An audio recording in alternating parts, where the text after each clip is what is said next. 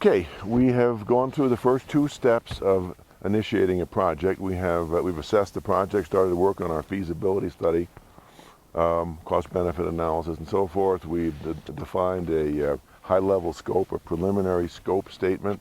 Talked to some people about it. Now we start talking to a whole lot more people. We're looking to identify 100% of our stakeholders. Maybe that's not possible always, but we want to try. We want to be talking to people, identify people who will be affected by the project, not just by the deliverables of the project, but we're talking to people who are going to lend us resources to do the work. We're talking to other departments who may be affected by the changes we are making with our deliverables, because we want to surface those stakeholders and get some ideas about their requirements early as we possibly can.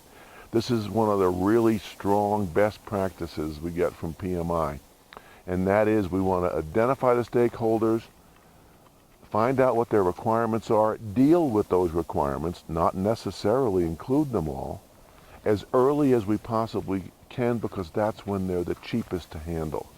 Requirements that arise a week before your finish date can be enormously expensive.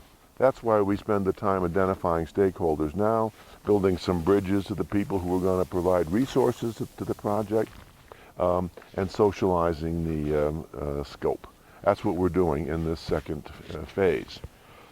When we don't do this well, and you may not do this in your organization, the sponsors may see it as a waste of time.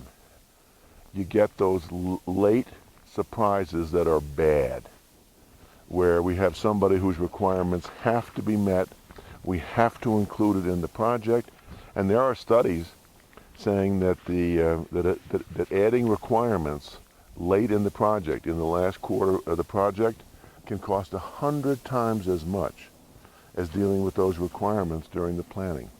So there's real value to doing this hunt for stakeholders and their requirements.